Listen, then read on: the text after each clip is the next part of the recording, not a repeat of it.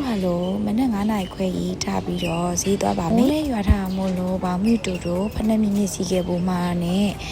စီးသွားလိုက်ပါတယ်။သွားမယ့်ဈေးကတော့ရွှေပြောက်9ဈေးဖြစ်ပါတယ်။အရင်နဲ့နာမည်ကြီးပြီးတော့အရင်နဲ့ဘောနော်ဈေးတန်တယ်ပြောလို့ကလေးကိုယ်တိုင်းဒီနေ့သွားခဲ့တာလေးကိုလိုက်ပြပြပါမယ်။ဒီဈေးမှာငါးတွေပစုံတွေပေါ့နော်။ကနန်းတွေအရန်တန်တယ်ဆိုလို့ကြတာလို့အကြိုက်ပေါ့နော်။အဲ့လေးတွေသွားကြည့်ခဲ့တာတကယ်လဲတန်တယ်။သွားတဲ့ချိန်ကတော့နည်းနည်းပေါ့နော်။နောက်ကျသွားပြီဆိုတော့နည်းနည်းအကောင်ကြီးရလေးတော့မရခဲ့ဘူး။အဲ့မှာဈေးသွားဝယ်ရဲဆိုရင်တော့အိတ်ယူသွားဖို့ပေါ့နော်မဖေးပါနဲ့တကယ်ကလေးတို့လည်းမသိတော့ပေါ့နော်ပမောင်ဆုံးသွားဆိုတော့အိတ်ကြီးလည်းမိခဲ့လို့ဝယ်ရမှာလေပစုံနေတအားတန်ပါတယ်တစ်လားတစ်ခါမဟုတ်ရင်နှစ်ပတ်တစ်ခါကရသွားဖို့ရှိပါတယ်အဲ့ဒါလေးတွေရောင်းပြမယ်ဆိုရင်အားပေးကြအောင်နော်အေး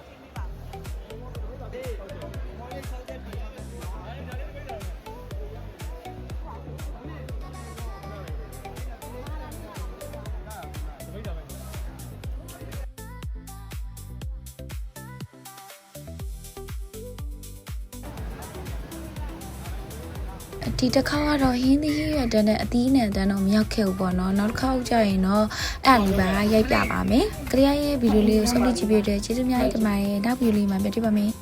အေးပြီးတော့ဆိုင်ကောင်းလာတော့မယ်ရှင်